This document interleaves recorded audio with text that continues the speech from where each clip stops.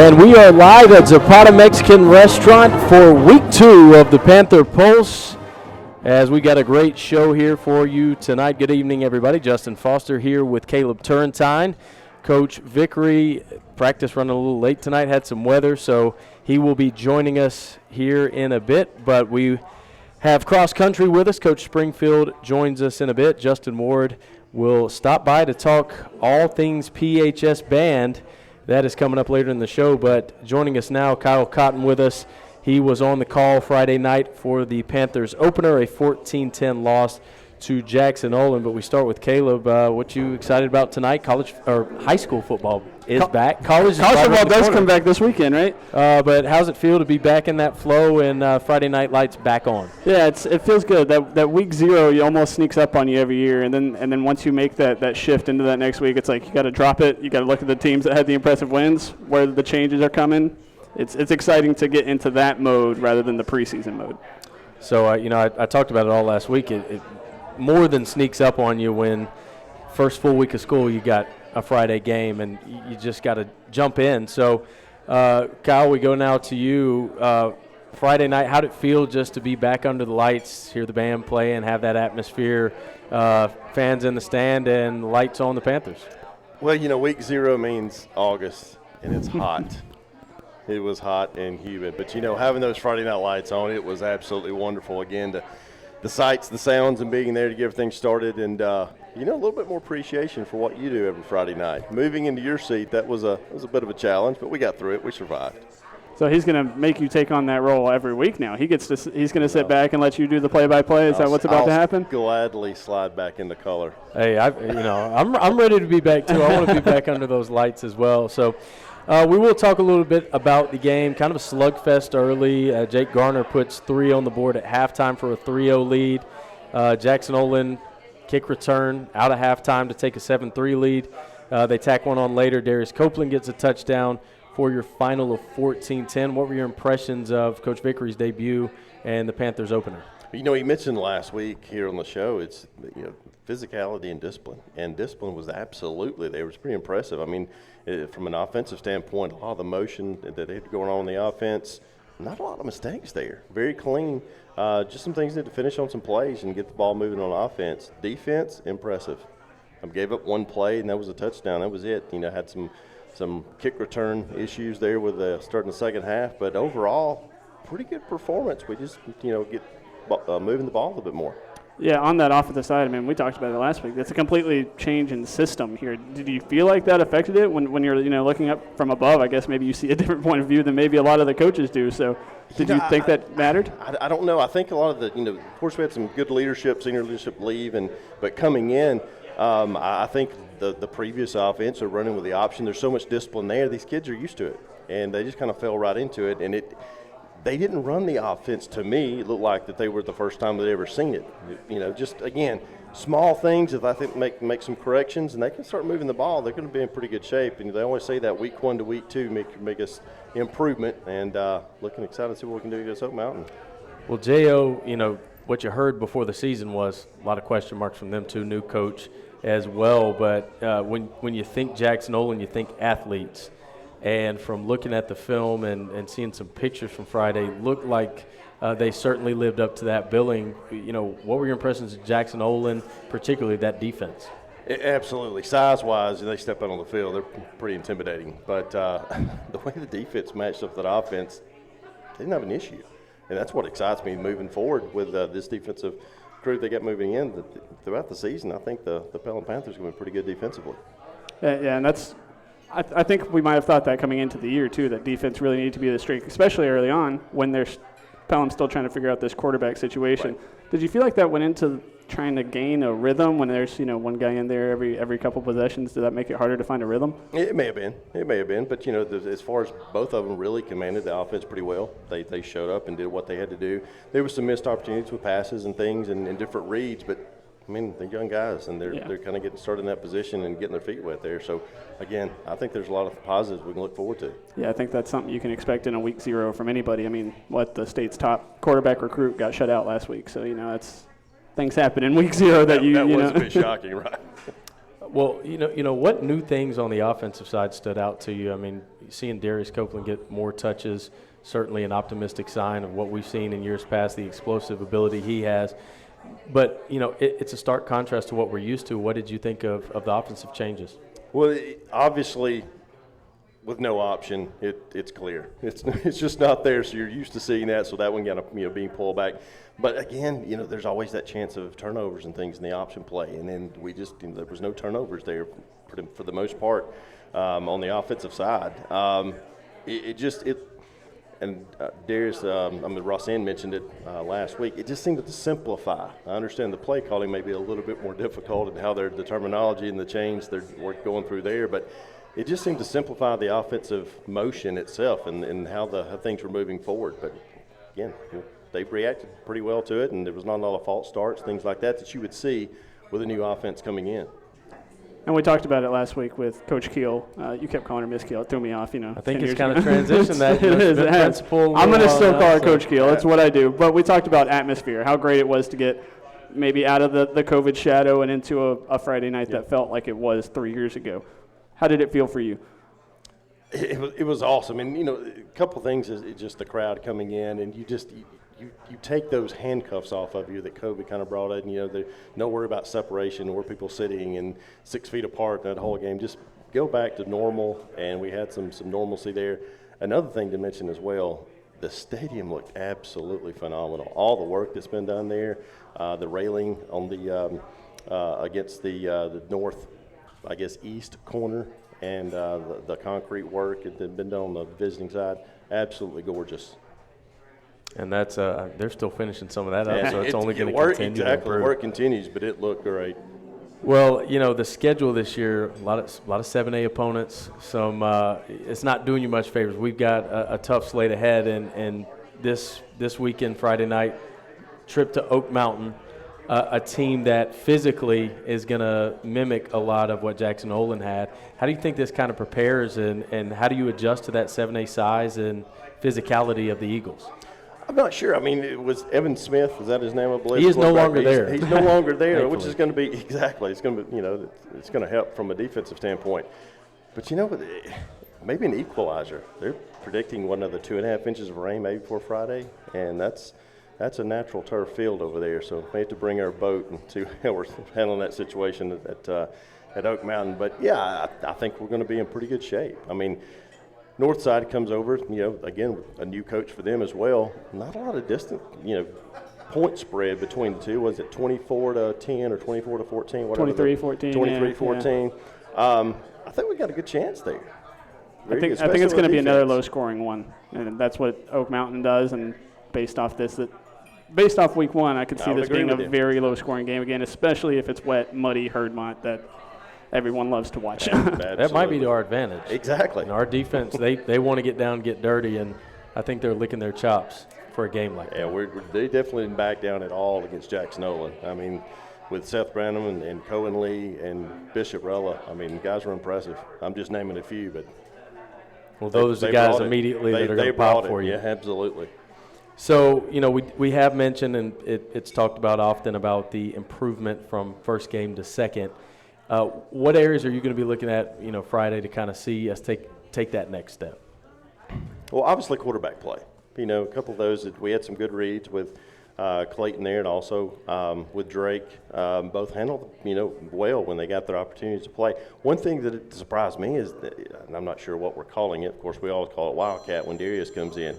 But we saw that package a pretty good bit Friday night. So, yeah, I'm kind of excited about that. See the quarterback place, where the improvement there, I think there's going to be the big difference. Yeah, and I think that's something that you get during a quarterback competition, but also when you have 3 weeks before region play. I mean, you got 2 unregion games. You got a bye week. You're going to be able to mess around with your offense a little bit and see what works the best. Absolutely. Figure out what works. And a wide variety of opponents on the schedule. I mean, you look at it, a lot of different types of football teams that the Panthers are going to see. Should be an exciting season. Well, Kyle, we appreciate you stopping by, and we found out Coach was going to be a little bit late. You stepped in like a champ, so we appreciate it. No problem at all. Glad that you guys had me on. And quick shout out to Coach T for stepping in, doing color as well. Thank her very much for playing that part. And I appreciate y'all, stepping in. Had Big event with my good friend Taylor Geddes. Shout out to him and his wife Star. The wedding reception they didn't have, and was able to attend and be a part of that. So it was a very special evening for us to be there. Worked out for everyone, yeah. So definitely. Well, when we come back, we are joined by Coach Springfield. We will talk cross country. That is right after this on the Panther Pulse on 93.3 The River. State Farm Insurance Agent Joseph Chambers is a proud supporter of 93.3 The River and all things Pelham. Joseph and his staff can take care of your home and auto insurance needs as well as life insurance. State Farm was recently ranked #1 by J.D. Power and Associates for life insurance customer satisfaction. Joseph's office is located in the Canyon Park Office Center. His number is 205-663-3276. Like a good neighbor, State Farm is there. Work is a part of all of us. We know that the world around us has changed, and that's why the Alabama Department of Labor is here to get you back to working hard. Work is a part of all of us. Let us help you get back to it by visiting your local career center or alabamaworks.alabama.gov. Funding provided by the USDOL, ETA, and Federal WIOA, and Equal Opportunity Employer Program. Auxiliary aids and services available upon request. Brought to you by this station and the Alabama Broadcasters Association. Zapata Mexican Restaurant is a proud supporter of 93.3 The River. Zapata is a local, family-owned and operated business, proud to have been a part of the Pelham area for more than 20 years. They have more than 100 authentic and delicious Mexican dishes to choose from. There's something for everyone, from salads to steak fajitas to chicken fingers. They also have excellent vegetarian options and a kid-friendly menu. Zapata Mexican Restaurant, where Valleydale meets Highway 31 in Pelham. The interstate is backed up this morning due to an accident.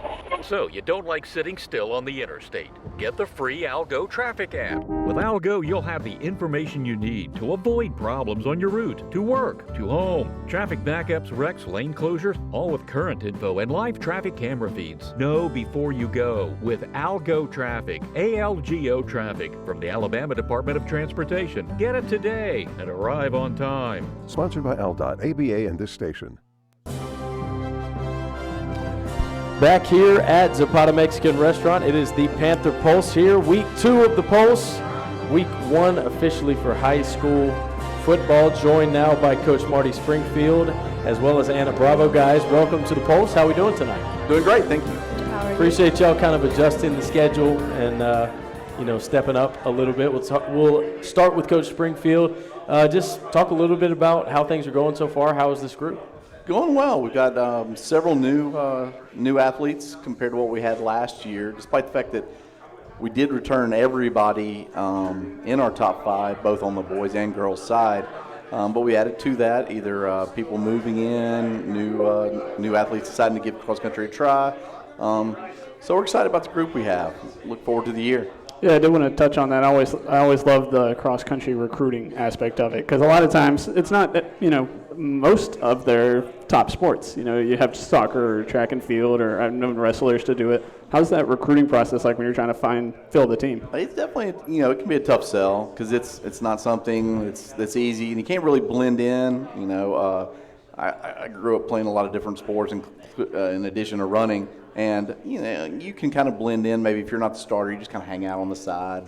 It's not like that. Everybody's doing the same workout, and so it can be a difficult sell for sure. But we do have a few new athletes, and talk about getting athletes from other sports. We do have a lot of athletes from other sports. In fact, outside of Anna, who just runs with us cross-country, indoor and outdoor, our other 4 out of our top 5 girls are all on our soccer team. And they're in club soccer, they're in soccer with us, but they also run with us throughout the year. And so, smaller school, not a 7A, we don't have 3,000 people, so we do have to share athletes in order to be competitive. Well, I think that kind of helps. I mean, everyone wants to stay in shape in off-season, and if there's anything we know about soccer, you kind of have to be fit to be running around for 90 minutes. So I'm sure it helps them. Absolutely.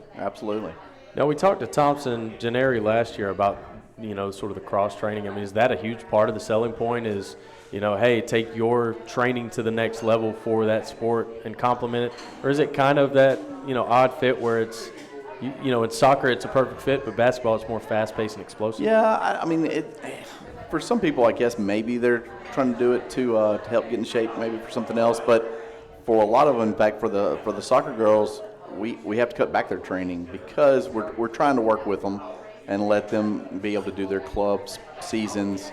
We have to make sure we don't overtrain them. And so on Tuesdays and Thursdays, that's our recovery run days. We do longer, easier. I don't run the soccer girls. They don't run at all. They just sit because I know they've got practice later that night for 2 hours. And so, if I have them do our training and that, we don't want to get injuries. So we want to keep them healthy. And so we try to work with them the best we can. Obviously, we want them to be in the best shape they can be in, but we need them to be healthy, and we want them to be as successful as they can in both sports. Well, this is fall. We're doing for a football show. I'd love to talk about soccer all night, but this is about cross country. Is there an excitement in the air when cross country season arrives? It is. They've been running all summer, so they've been putting in a lot of. Take a few weeks off, but since early June, they've been putting a lot of miles in, and they want to see what they can do. I mean, yes, they have some idea if they're in good shape or what they might be able to do, but until they actually run that race, see a time on paper at the end, it's just like any sport. You think you know where you are, but until you actually compete, you don't know. Yeah. How is the training kind of individualized for each person? I mean, goal-wise and preparation, is there a lot of variation, based on other sports they play, or is it kind of a, one-size-fits-all kind of training? I mean, to some degree, it's one-size-fits-all. I do tailor it somewhat based on their abilities. So within our practice, we'll break them down into groups based on how they're racing. And it's not necessarily a boys group, girls group. It's group 1, group 2, group 3. And there'll be times when group 1 may be doing more than group 2, group 3, because they're more fit. They're a little stronger. They tend to be the older athletes maybe. And so to that degree, I guess it's somewhat tailored, but not individually. And kind of to follow up on that, and this can be for both of you, how do you individualize goals once the season actually arrives when you're looking at times instead of, obviously you want to, win things as a team too, but how do you have to be specific towards your individual goals for runners? Well, I believe that we're very competitive with each other, and you try to beat your PRs, your personal records from the previous seasons, and you're always trying to get a better time than the last time. Right. And with my soccer girls, they're really competitive, and I enjoy running with them, and I think they endure their responsibilities as multi-athletes really well. Yeah, I try to talk to them if and we do set goals to some degree, but when they set goals, obviously we don't want them to set goals based on what somebody else is doing. Anna may have in her head that I want to be the number 1 runner on the team. Well, that's not a bad goal, but that depends on what other people do too. I'd rather her focus on being the best that she can be. Maybe that is the number 1 runner, maybe it's the 3rd best, but that's going to let her focus on herself and her performances rather than worrying about what somebody else does. So, and sometimes that can be difficult because, everybody wants to be the best. So, yeah, Anna, how do you kind of balance that, when you're competing? Obviously, you're going to get that adrenaline to want to compete with somebody. How do you balance it? Well, I try not to get too mean with it because at the end of the day, they are my teammates. But it's like a friendly competitiveness between me and them, and I really enjoy running with them, and we try to motivate each other because if they're better, then you're gonna become better as well.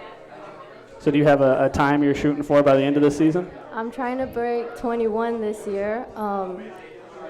This last year, I think I had around 21 minutes, 40-something seconds. I can't recall. I think that's about right. Mm-hmm. And I'm trying to break 21 this year, and it'll be my new PR.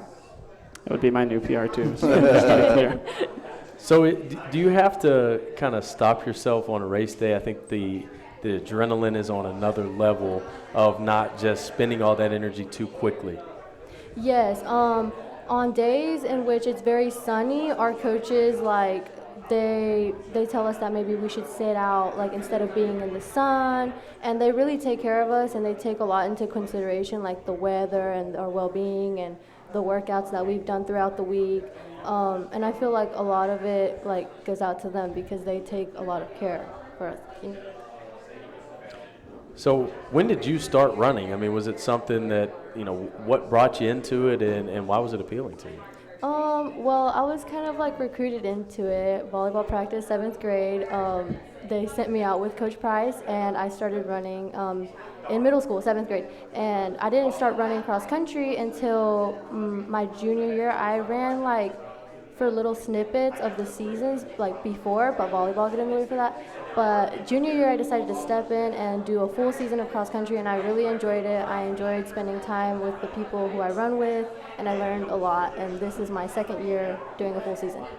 We know in more team-oriented sports, leadership is kind of an easy thing to do and something that's kind of individualized. How do you lead the younger members of the team? Well, I try to be there for them when it comes to sports-related things and like their more personal lives too, because that can also affect an athlete a lot. I try to be there for them and let them know that I will be there for them. And during practice, when we pass like maybe a slower or a faster group, we all cheer each other on and we try to motivate each other as the day and the year goes by. So keep that positive culture rolling right there. Despite just running. Yeah, for fun. It can be hard to stay positive there. So what upcoming events do you have? How can people come out and support? So we open up on September 1st, and we, same as we've done the last few years, we open up at Veterans Park down in Alabaster, meet hosted by Thompson. But it has several of the better teams from around the area, Homewood, Mountain Brook. Something we put together as coaches. Several of us are friends, and we do a lot of meets together. But we only do a 2 mile instead of a 5K. Lets us kind of ease into the season, get a feel for where our athletes are, can make any adjustments that we might need to make moving forward. But that's where we open up. It's going to be interesting. I'm really looking forward to getting a meet in on the girls' side, especially. We come in ranked. We're 8th right now in the state, headed into the preseason. We do return all 5 girls from last year. Anna's our one senior girl, and outside of her, the rest of our top 5 are a 10th grader, a 9th grader, and 2 8th graders. So it's a very young team outside of Anna, and like she said, this is only her 2nd full year of cross country. So and the rest of them obviously just started because they're younger. So I think we've got a good chance for improvement, and I'm looking to move up from where we are right now.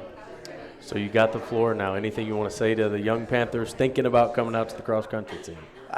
Just come out, give it a try. You never know, and you never know what your talents may be. Obviously, a lot of people grew up, I did, playing basketball, playing baseball, whatever. Obviously, they're a lot more common, a lot more popular.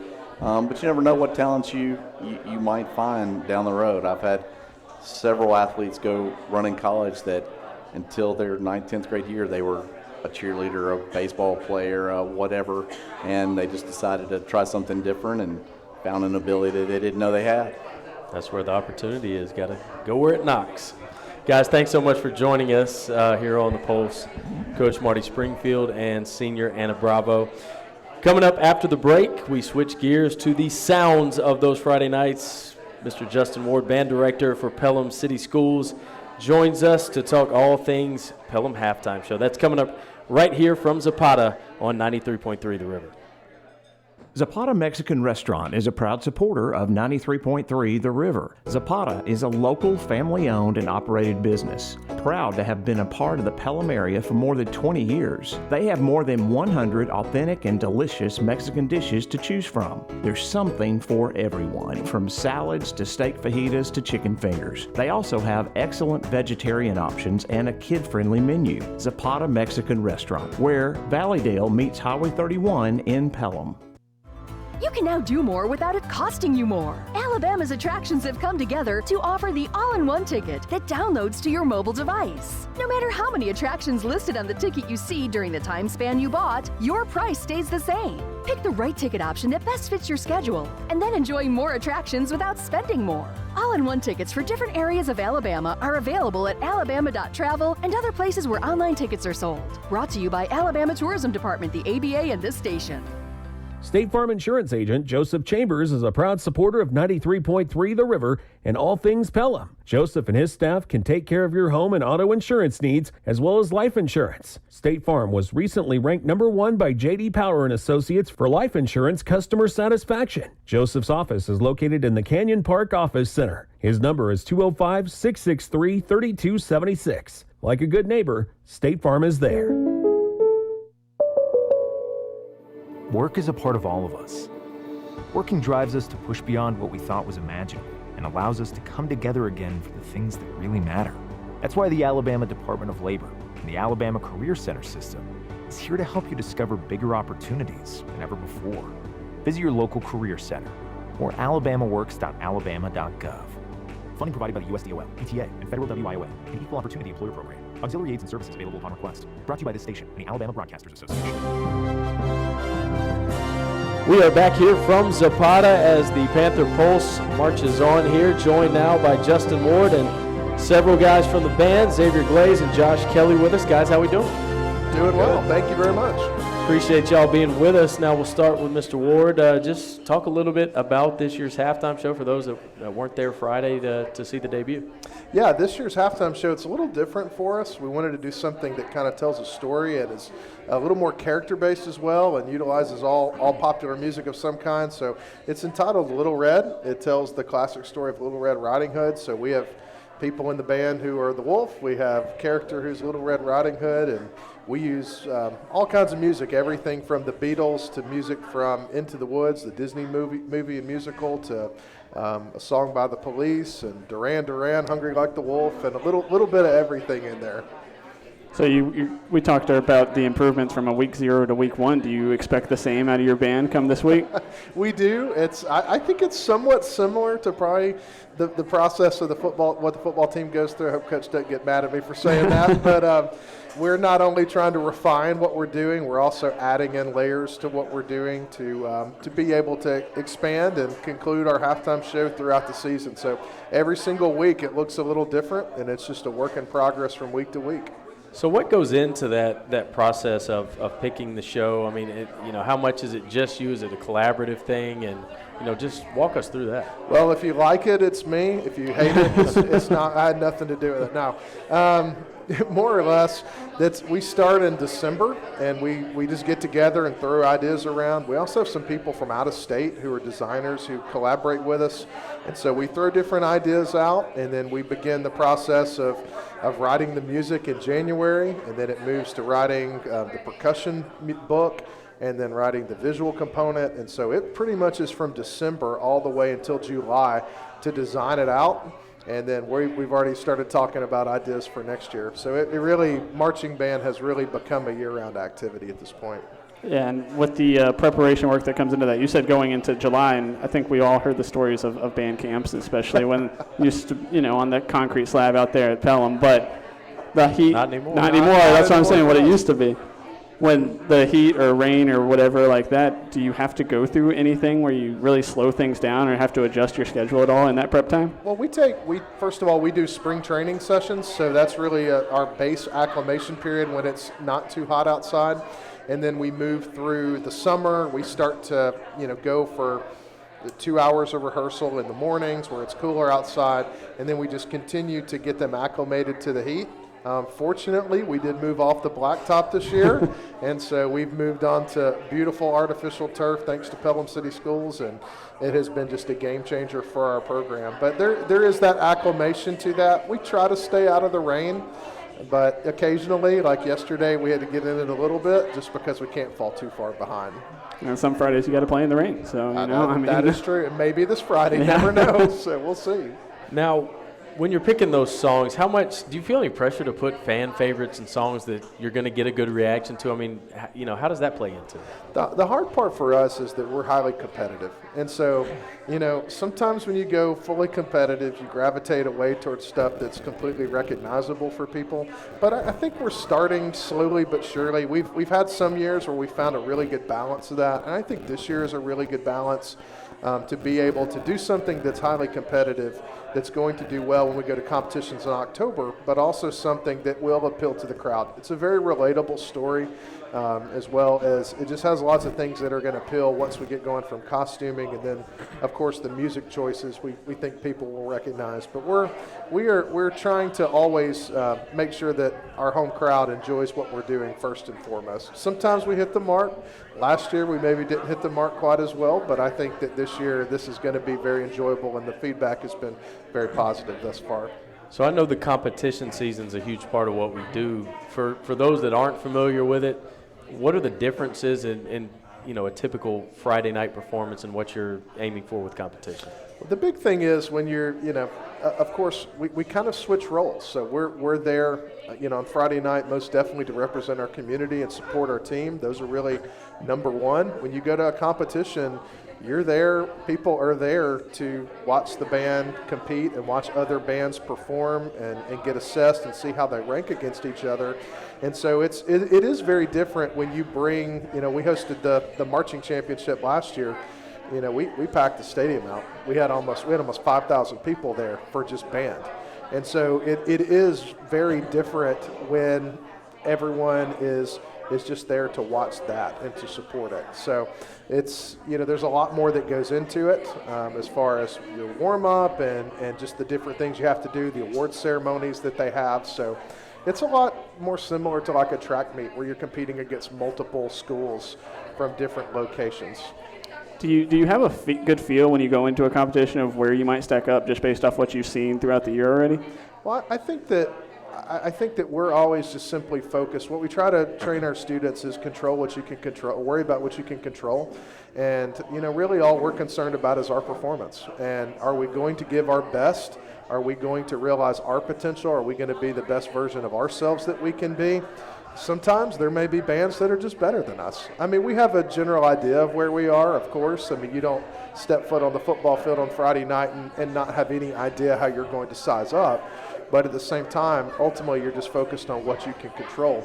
And that's really what we try to teach them, because that's what they're going to need to think and have that mindset in life is, I'm going to worry about my life and control what I can control and not what others are doing. Has there ever been a Friday night that was so good that you thought, why didn't we use this at competition?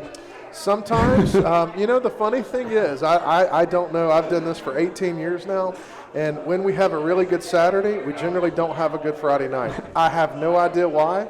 You would think that it would just translate across the board, but for some reason it doesn't seem to work that way. So when does that competition season kick into gear? How can people come out and support? Yeah, we begin on October 1st, and that's our first one. We're still trying to decide the actual location of that and where that's going to be. So we've got one on October 1. Then we know we're going to be at the Hoover Met on October 15th for the Hoover Marching Invitational. And then we're at the Alabama Marching Championship on October 22nd at Spain Park. And then we probably have another one on October 29th, but we're not quite sure where that's going to be just yet. Gotta ask, do you get any kind of off season? I feel like y'all are just 90-0 with the band. I think that, guys, y'all want to answer that, Josh? No, I don't think we do. As soon as marching band season ends, and even before it ends, we're right into concert season. That's a whole different ball game. I mean, we've got after-school rehearsals and stuff like that, extra commitment. It's a different pace, but it's fun. And it's just one of those things that it's, we roll into the color guard rolls into winter guard competitions, and dance rolls into winter dance, and it just continues to go and go and go. And we pretty much take the month of June off, but that's about it. So just a little vacation and right back to it. Yes. So I want to touch on this week. It's Oak Mountain, and I know that we talk about football games, Oak Mountain, but I also know that Oak Mountain is one of those bands that I know people think very highly of, and I know the Pelham band is too. Do y'all look at that as almost a friendly rivalry in itself when y'all go out there on Friday nights? I see it a little differently. I do think it is a friendly rivalry, but we do we do things differently at the two different bands, I think. I think we're more of a competition-paced band, where they're more of a, Friday night kind of, get the stands hype kind of band. So when you're sitting there, I know you see bands watching each other all the time. What's that relationship like between the two bands? Do y'all talk to each other after? Do y'all talk to each other before? It's something I want to say kind of died a little bit with COVID. It's something we used to do in the Pelham band. We would send some representatives over to the other side of the band, and we'd chat, have a good time. I think it's a friendly relationship between the two bands all the time. Do you feel like there's any holdovers from COVID that, hey, this was a good idea, we'll continue to use? And, have y'all been able to go back to a relatively normal type of situation? Yeah, I think for the most part we're back to normal operations, and as one of the previous guests said, it's so refreshing to be able to move back towards that. There are many things that we had to do in COVID just to exist and be able to do our activity. And then it kind of became really a thought-provoking, time where we started thinking, well, why have we previously done it that way? Maybe this is a better way to do it, not just in the interest of health and safety, but so there are many things that we've done, like for instance, something as simple as where we all get dressed in our uniforms and stuff. We were cramming 150 people into the band room, and then we because of COVID we had to spread out. So we went upstairs to a 950 seat auditorium, and we're like, okay, now why were we doing it that way? And so it's really been a great opportunity for us to reset and reassess what's important to us as well, which of course is number one is our students. And so I think it's really actually as terrible as it has been and as challenging as it's really been great to be able to refocus, and particularly on our students and the experience for them. Yeah, Xavier, how's this year been for you as far as preparation compared to the COVID years, and what are your takeaways from it? I mean, to me, it's just a completely new year. I mean, obviously each year is a new band, and so it's going to be a little bit different, but I feel coming from COVID years and even last year, I mean, this is just completely different, right? Most of the time we'll have maybe one or two parts of the show out on the first game, but I mean, this year our band has been so proactive and just so good at rehearsal that we've already had 3/4 of our show out on the field already. And we've just had a lot of progress and a lot of accomplishment from the band already, and it's really great. And we talked during the commercial how you're, well seasoned at this point, but it's your final go around in that uniform on those Friday nights. What do you want to remember and cherish about this final season marching? Really, I just want to remember the people that I've had around me. I mean, the band is always going to be this organization, but what makes it up is the people in it. And so, I mean, all the people that are around me, like even this guy right here, Josh, I mean, we've been friends for probably 8 years, and I've got friends from, freshmen all the way up to seniors that I don't want to let go of, but I'll be happy to spend the last year with them. I think it sounds like a seasoned answer right there. He knows what he knows what he's enjoyed by being in the band. And the beautiful thing about those friendships, the season will end, your time at PHS will, but those friendships will not, and they'll continue into adulthood. Anything to add before we go? Yeah, we're just so excited to be able to share what we do on Friday nights and to support our team and Coach Vic. And we hope that people will continue to come out and support all things Pelham. And I just think that Pelham is I've been here for 12 years now. It's hard to believe that, but it's such a special place to where everyone just celebrates all of the students and everything they're doing, whether it's cheerleading, whether it's football, whether it's track and field. The support is there from the community. It's so great to have everybody out to be able to actually physically support this year. So I hope everyone just keeps coming out to everything from concerts to football games to track meets and everything in between to support the students, because we have some pretty awesome students here at Pelham High School who do great things, and I know that they appreciate the support very much. Absolutely. Well, guys, thanks for stopping by. Justin Ward, Xavier Glaze, and Josh Kelley, PHS band represented. And we have football players and Coach Vic in the house. So when we come back, we're going to chat with some of the guys from the football team. That is coming up right after this from Zapata. You're listening to the Panther Pulse on 93.3 The River. Coach Nick Saban. Helping children is very important to Miss Terry and me. As parents, it saddens us to know that there are more than 5,000 children in foster care in Alabama. These children need loving, nurturing families to care for them. We ask you to join the team and become champions for children by opening your heart, opening your home, and becoming a foster or adoptive parent. For more information, call 1-866-4AL-KIDS. Sponsored by the Alabama Department of Human Resources, Alabama Broadcasters Association, and this station.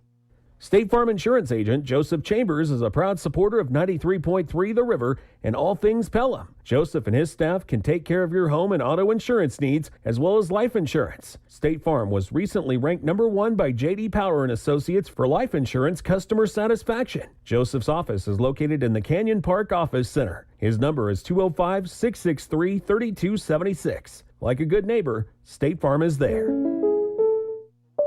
Zapata Mexican Restaurant is a proud supporter of 93.3 The River. Zapata is a local family-owned and operated business, proud to have been a part of the Pelham area for more than 20 years. They have more than 100 authentic and delicious Mexican dishes to choose from. There's something for everyone, from salads to steak fajitas to chicken fingers. They also have excellent vegetarian options and a kid-friendly menu. Zapata Mexican Restaurant, where Valleydale meets Highway 31 in Pelham. The Army National Guard is committed to keeping the country safe and our communities secure. Composed of hundreds of thousands of citizen soldiers from all walks of life, the Guard is always ready to respond to local or national emergencies. We protect the homeland. We're always there when called upon, and in every state and territory, we stand guard for our communities. To learn more, log on to nationalguard.com. Sponsored by the Alabama Army National Guard. Aired by the Alabama Broadcasters Association and this station.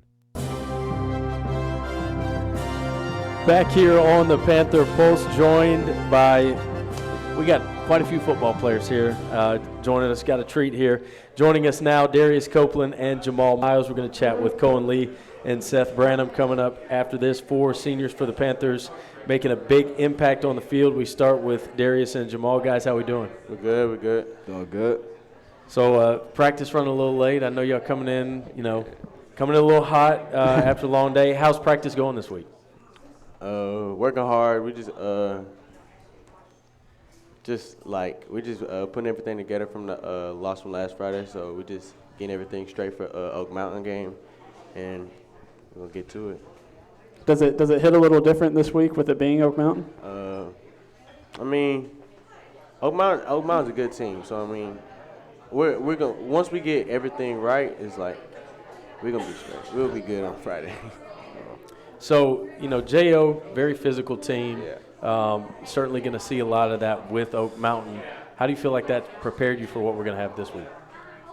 I feel like it got us ready for the season and made us even hungrier for the rest of the games for the season because we don't like the feeling of losing. So it made us hungry. So we talked about, we've talked about it all day today, about the improvement and change from week 1 to week 2. How do you feel you guys need to improve to get that win against Oak Mountain? Definitely. All the mistakes that we had made in the game, we got to get together with the snaps. We got to get together with just connecting with our quarterbacks better. Offense definitely have to get better. Defense did great last game. So offense, I think once we get our offense great, we'll pull that win on Oak Mountain. So you pulled out, a brand new system for offense rather than last. Did that play a part in maybe a slow start? I wouldn't say really because we really have our plays together. I just think it was just mental mistakes. Once we get our mental mistakes in, we'll be good. And so what's that like when you're working with 2 different quarterbacks back there, one coming in and out? How does that, make things difficult on the offense to get some rhythm?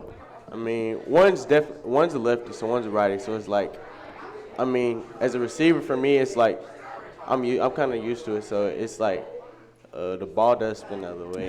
Yeah, and the ball spins the other way. So, it is what it is. You just got to work with it as a teammate, just bond the connection with our quarterbacks, and we'll be good. So new offense and, looking at it, getting a lot of touches and a focal point of the offense. How's that feel and how are you settling into the new offense? It's great. It's great. Just got to make plays as a playmaker. Just push with our other teammates too, with our quarterbacks and like Kamari, Trey, Christian, all of them. we just got to make plays with our quarterbacks and help the team out. Our line just got to push through and be dogs out there for real. And now he's over here complimenting the defense, and you're sitting here, you feeling good about it a little bit. How did y'all feel about y'all's performance? I feel like the defense did really good, but we still shouldn't have let them score.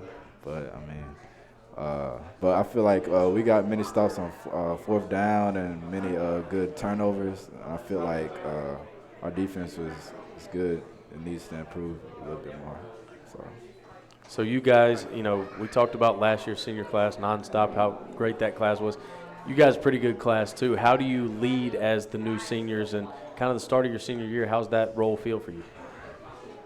It's great. We just got to build. I feel like building connection with our young guys is most important by being the leader. Just connecting with them and just building and getting them stronger. Just having them watch whatever they do. I mean, whatever we do is they're watching us. So like we gotta put in the work so they'll do the same thing once they're a senior like us. Yeah, teach them what to do, and since we're veterans, so they're always watching. So everything you do, they're gonna do, and you have to lead it by example. So. We know winning is on the top of everybody's list. What goals outside of the typical win the games? What goals do you guys have for the senior year? Definitely that ring. That ring. So it comes back to those wins, right? Yep. All right, well, we're going to bring in other guys, the big guys in that linebacker spot. Cohen Lee, Seth Branham stepping in. Anything y'all want to say before we pass the mics? Just be there Friday. You're going to show us Friday. I like that. Sure.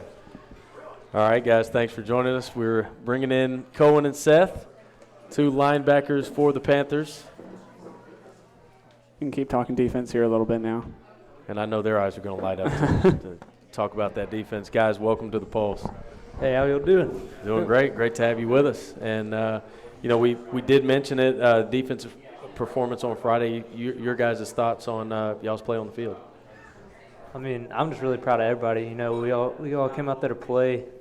Everybody did what they were supposed to do. I mean, we let up one touchdown, but we'll be ready for it this week. Yeah, I think we played with a lot of effort. You can't ever play a perfect game, so we know that we got stuff to work on, but we still played hard. Just always good. And now you're preparing for an Oak Mountain team. Do you see many similarities when you're looking at film? Now that you actually can watch film, your game into the season. Do you see any similarities to what you faced on Friday to what you might face this week?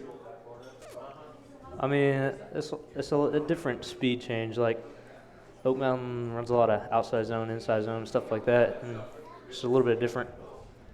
Well, a lot different, really, but. Yeah, I think we're going to see a lot more runs in the box and not as much speed on the edge as we did against JO. Do y'all prefer that more physical matchup, smash bang type of game? And this one might be kind of nasty. We know the weather might have field conditions that aren't perfect for those speed guys. Do y'all sort of relish those type of games? Yeah, I mean, we're inside linebackers. We always want it to be a hard game and stuff, and we like the game. We like to control the game in the box. So you're looking at all these run plays, and you're getting a little excited about it, aren't you? Yeah. So we asked these guys this about improvement from game 1 to 2. I mean, you give up 7 points. Everybody's saying defense looked pretty good. I mean, what are y'all looking? I'm sure y'all are the biggest critic of ways y'all can improve on your performance. I think we're just looking at cleaning up a lot of stuff. There's a lot of times where we made the play, but we could have, made it in the backfield or got a tackle for a loss. So we're just working on, doing our jobs as perfectly as we can. And when you're coming off a loss, do you feel extra motivation going into, especially when you don't have, another game next week? Next week's a bye week. How do you kind of think about this week, sandwiched in between those? Does it give you extra motivation? I mean, yeah, it was definitely a wake-up call for offense and defense. I feel like we're all going to come out there with a chip on our shoulder, prove what we can do. Yeah, I think we try to come into every game with as much intensity as we can. So I think we'll be excited for every game. Is there any added fuel for, Oak Mountain and these teams that are just, right around the corner? Yeah, we've played Oak Mountain. I mean, I've played Oak Mountain every year that I've been here, and Still haven't quite got that win, but I know we've always played as hard as we can, and both teams go at it really hard, and it's always a fun game. Yeah, I feel like Pelham versus Oak Mountain's a big, rival kind of. It's not like Helena and Pelham, but I feel like the players feel like it's like that. It's so different from 10 years ago. Man, Oak Mountain was like, you got to get ready for some Oak Mountain. You got to be there for it. Now it's been a few years, and I'm ready for it. Helena wasn't around when he was. Helena wasn't in around. School.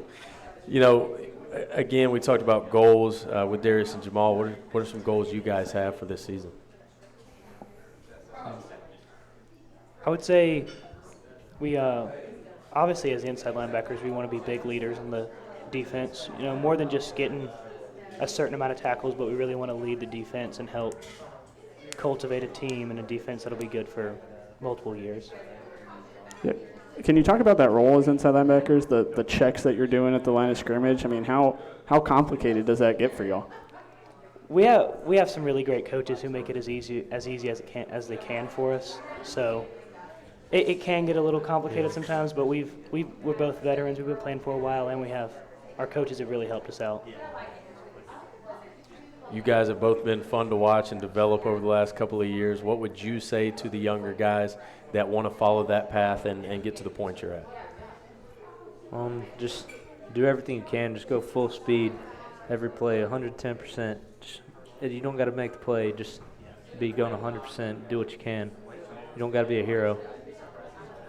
Yeah, I would just say doing everything as hard as you can. One of the most important thing is just playing as hard as you can. I mean, your technique and everything will figure it out as you get older and get better, but if you're always playing as hard as you can't really ever be wrong. That's that interior defensive mindset right there. You just throw them in that position. You don't even need to know. Just listen to them talk and you hear it.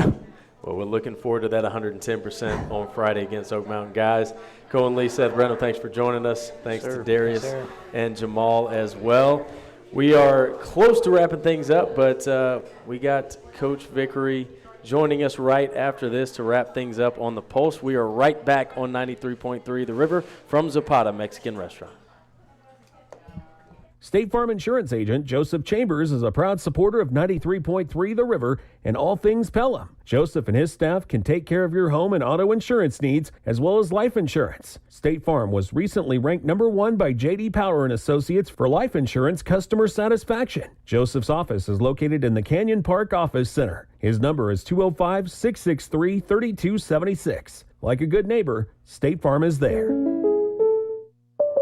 Zapata Mexican Restaurant is a proud supporter of 93.3 The River. Zapata is a local family-owned and operated business, proud to have been a part of the Pelham area for more than 20 years. They have more than 100 authentic and delicious Mexican dishes to choose from. There's something for everyone, from salads to steak fajitas to chicken fingers. They also have excellent vegetarian options and a kid-friendly menu. Zapata Mexican Restaurant, where Valleydale meets Highway 31 in Pelham. This is an Alabama legacy moment. The USS Alabama is a World War II-era battleship that first served in the Atlantic Theater, but was better known for helping to take Japanese-held islands in the Pacific between 1943 and 1945. During the Battle of the Philippine Sea, the Alabama's state-of-the-art radar alerted the fleet to incoming aircraft, providing the Americans enough time to scramble fighters and decimate the attacking force. Later, the Alabama served during the Battle of Leyte Gulf and anchored in Tokyo Bay to unload Allied occupation forces. In 1964, the state of Alabama took possession of the battleship. Alabama schoolchildren raised $100,000 in nickels and dimes to help bring the ship to Mobile and create Battleship Memorial Park. The park features the Alabama, the World War II-era submarine USS Drum, and an American military aircraft collection. Battleship Memorial Park is one of the state's most visited attractions. Sponsored by the Alabama Bicentennial Commission, the ABA, and this station. Back from Zapata Mexican Restaurant. I want to thank Zapata again for hosting this, the Panther Pulse, every week, as well as Joseph Chambers, your State Farm insurance agent. We thank them for all of their support of Pelham Panther athletics. And joining us now, Coach Mike Vickery. Practice goes a little long today, and dealing with the weather, we appreciate you making time to join us. Absolutely. Thank you all for having us. We got out about 45 minutes late today with some lightning, and So we're a little late getting here, but we came in. We got here a little wet, a little sweaty, stinky a little bit, but we're here. That sounds like good practice. Yeah. So I do want to circle back to J.O. How'd you feel about the team's performance overall in first game on the Hill?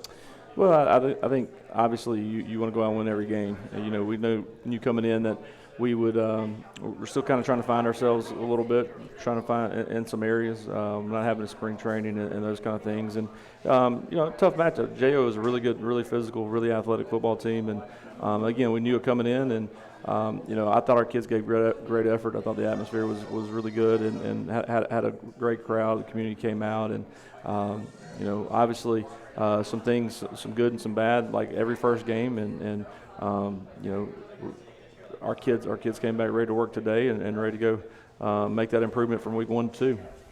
I think everybody's eyes were on that quarterback competition, I guess you want to call it, but just two guys getting out there and taking snaps. What did you think about both of that? And, I mean, we talked about what you wanted to see, but I guess how did you feel like they handled the going in and out there? Yeah, we wanted to make sure that, we going into it, we really wanted to evaluate both of them. We really have not seen either one of those guys live in those situations yet. So kind of rotating them in based on our personnel groupings is the way that we were going to do that, and so in different personnel groups, each quarterback played in those personnel. So they gave us an opportunity to see them in different situations, not just a 3 plays here and then out and switching it. We were able to see them in all the different first down situations, third and short situations, goal line situations, so that's a positive. Now, we also have to make sure as coaches we're putting them in the best position to be successful, and I don't think we did a very good job with that at times the other night. And within our offense, we have a lot of multiple plays built into each snap, and I think they handled it well. We were got to kind of pull that back a little bit and try to make things a little simpler for them going forward until as they grow and as they get a little bit more confidence. Is that something that you really expect to continue, especially, I mean, region play is still a couple of weeks away with the bye week and everything, so is that something you're still think it'll be a work in progress over the next couple of weaks? Yeah, it will be. Going to continue working there, continue evaluating those guys until someone really, takes the reins there and runs with it. And again, both of them have great attitudes, great leaders, and are going to continue to get better and better. And they did some good things, and obviously, J.O. played a lot of the part of kind of spoiling some things too. That some things that had been there in practice for what they were doing, but the speed of the game really changed. So those decisions happen a little bit quicker, and they learn from that. And we as coaches will put them in better situations going forward. How much of a challenge is it to play such a physical, athletic team right out of the gates? And maybe how much does that benefit you down the road in preparation for other teams? Well, I think it does benefit you down the road. It doesn't make it any easier to swallow at the moment. You definitely want to go play a little bit better on offense the other night. But I do think it helps you down the road because you're going to see that kind of team. With athletes, someone that's going to be faster than you are, a little bit bigger, stronger up front, defensive line wise. You're going to see that in the playoffs. So it's good. I'd rather see it now, have our kids see it now than not see it until week 11, 12, 13 into the playoffs. So it's definitely a positive to get that experience and see that speed and see that strength, and I think it will help us down the road. And we did talk a little bit about not having much prep work when you don't have film. You don't know anything about the other teams. How did that, I guess, make things more important in those in-game and halftime adjustments? How much did y'all try to do there, or was it still just about y'all at that point? No, we really did have to do a lot, and vice versa. They didn't have any film on us, so that they were having to make adjustments. They did a good job with that. But they came out in an even front, 4-man front, which everything we had seen prior to that was a 3-man front. So again, you have kids that are learning a new system up front that also now are. We've showed them some 4-man front. We've been a 3-man front in practice with our defense. So that definitely played into having to really adjust on some things up front as the game went on, because it was some things that they just haven't seen a whole lot of yet within the scheme that we're running. So so you're always doing that. Luckily we have our high school association allows us to see video on sideline and have access to so much technology that we were able to get in there and make some adjustments, and our kids saying we played a lot better in the second half up front, and because of the kids were able to make those adjustments. So as we turn to game number 2 and making those adjustments for that second game, what is your primary focus in improvement from week 1 to 2? We got to eliminate mistakes. Just small things. We're really coming out of halftime. We're amped up. We had some momentum going in the half, and we let a kid cross the field. On a kickoff return, and not because of effort, not because of necessarily lack of execution, but because we had a bunch of guys that were really squeezed in there trying to make a big play, and just understanding they pull back, do your job, and stay in those lanes, do the little things that each and every play, and just eliminating some of those mistakes. Everyone sees an interception here or a sack here and those kind of things, but there's so many other things that we have to clean up, especially, and that's every year I've ever coached in week 1, right? That's every year. Just so happens that sometimes they're a little bit more magnified in a close game with athletes that take advantage of that. So some of those mistakes. So we want to cut down on mistakes, eliminate those, and just keep playing with great attitude, great effort, and we will be fine. So how does that prep work change for this week when you can have maybe more full film sessions, for the first time? Well, I think our kids are a little bit more comfortable with what's going on. They've been able to see a little bit of everything now, between what we've already showed them and some of the things that they saw the other night. And Coach Crane at Oak Mountain is a guy who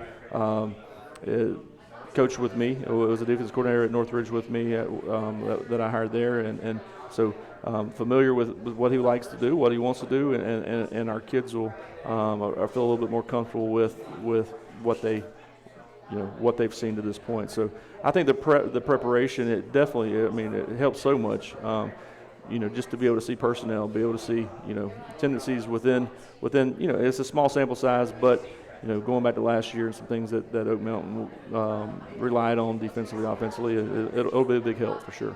Yeah, I was going to touch on that. I tried to talk up at Oak Mountain Pelham rivalry. I guess it doesn't matter to anyone else here anymore. But you have your own personal over there now that you have a coach over there that you can maybe have some bragging rights over. Well, he does all the bragging. I just coach. But he's a good guy, and he did a great job for us for 2 years there as a coordinator before he moved on. Went to Central Phoenix City with Patrick Nix when he went, and it worked out well for him. And he does a great job. High energy guy, does a great job defensively, and will have his kids playing really hard.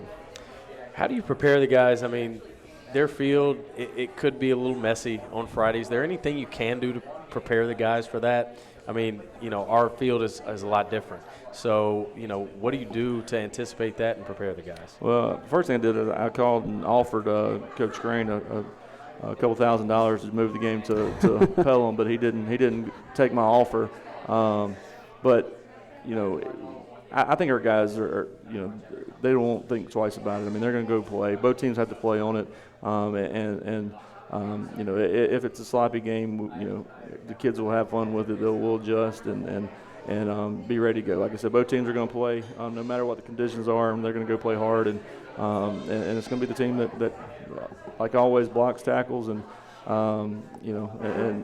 makes plays in crucial moments that's going to win the football game. It's been kind of a physical rivalry the last couple of games. Do you get the feeling the guys there's a extra level of intensity, anything different from any old game? I think our culture that has been set here. The kids really come in with a business-like mentality every morning, and they're coming to work. And I don't think we don't want kids. We stress we're not getting too high, too low, especially this early in the year. We want to focus on us, correct our mistakes, and then But I think closer to game time you'll see some of it. But right now we're worried about getting better and each day, and our kids go to work every day with that mentality.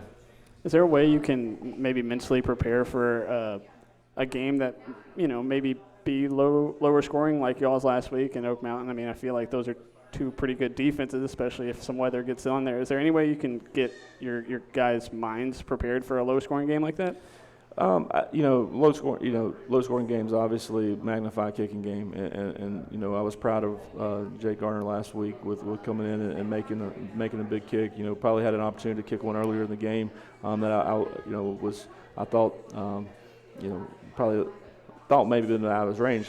All of a sudden, quarter later, we were in range. So kind of go back and let's kick the first one. And but those close games, if it's going to be a close game, you definitely got to take those points.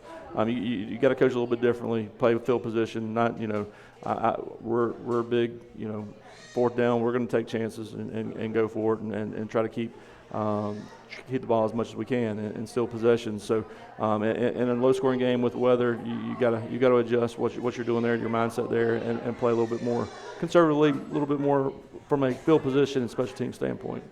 Maybe it won't rain at all. I don't know. We keep talking this up. Hopefully we don't have such a muddy field. So. That's right.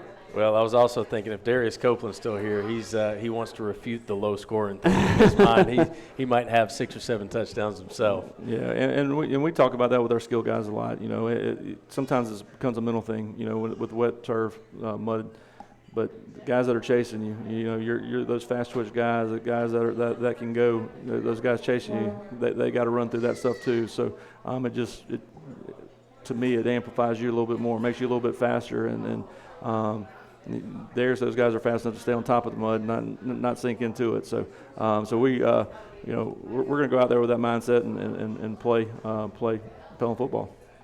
Well, rain or shine, we're looking forward to that one on Friday night. It will be at Herdmont Park. Unfortunately, we'd love to have it on the hill, but that will be Herdmont Park, 7 p.m. kickoff. You can listen to it right here on 93.3 The River. Myself, Kyle Cotton, will have the call. That is it for us here at Zapata. Second Panther Pulse has been a good one. We appreciate you making time, even with the weird schedule, to get over here and get on, Coach. And if we can have a GoFundMe account started to try to raise money to move that game back over to Pelham Friday, we can do that too. I got 5 on it.